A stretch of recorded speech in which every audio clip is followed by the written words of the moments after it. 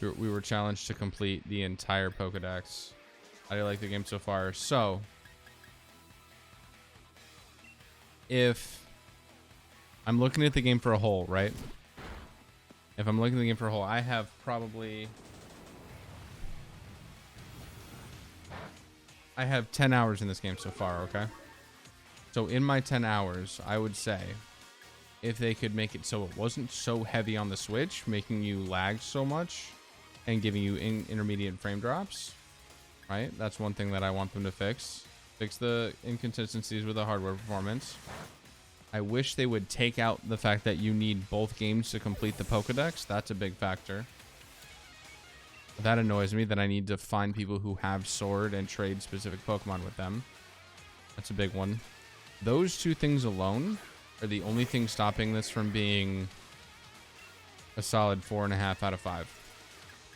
Currently, right now, as it's sitting, it's a 3.5 out of 5. I hate Dynamaxing. Dynamaxing is obnoxious, and I hate it. I hate how moves are categorized into 4 different...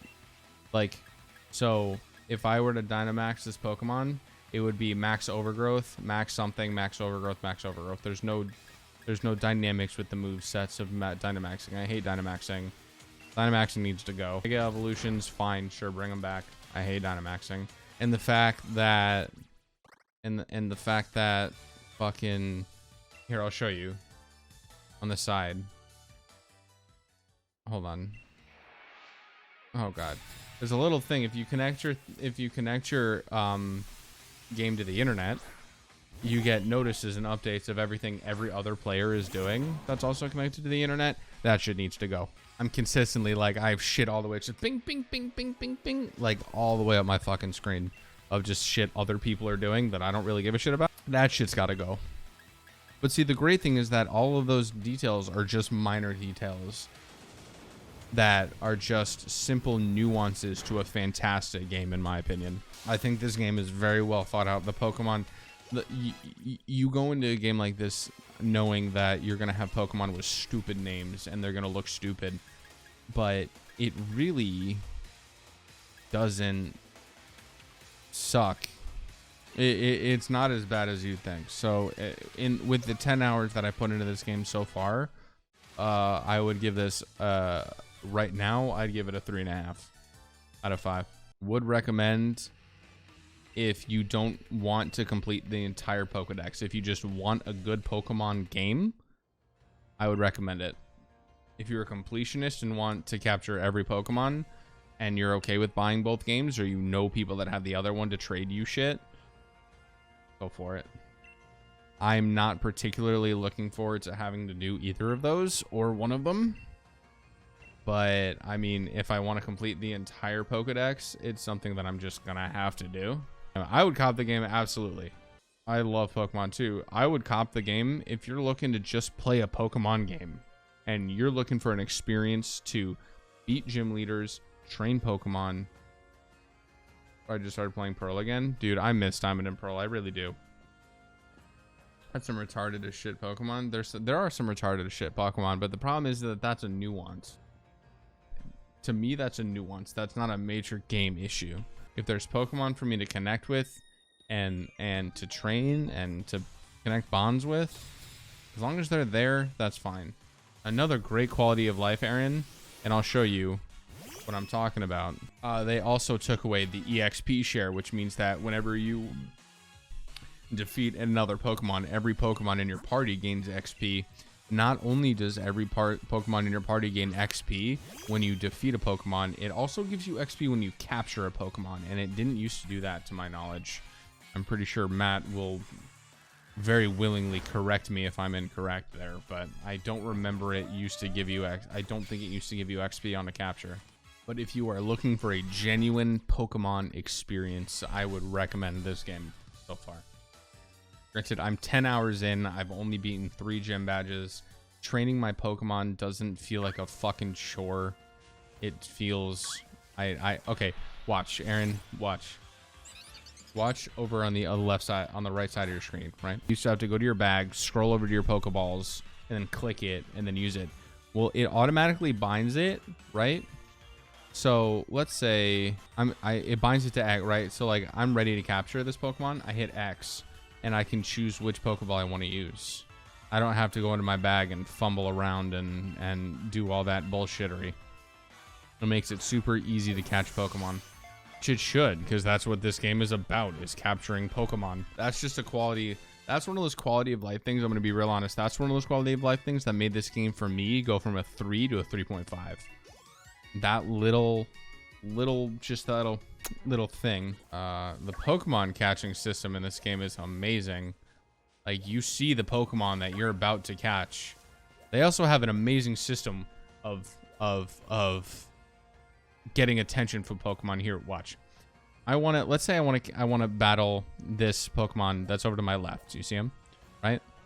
But I don't want to go in the grass because I don't want to attract other Pokemon, right? Here's what I'm going to do. I'm going to hit the left stick. I'm going to whistle.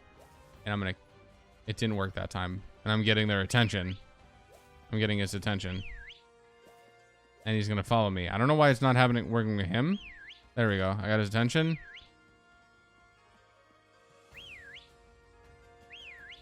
Kind of a way to get them to move around you.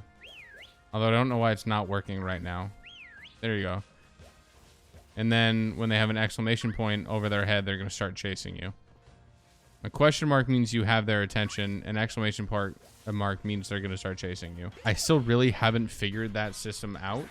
And they don't do a very good job at explaining how exactly that system works. But I feel like if they were more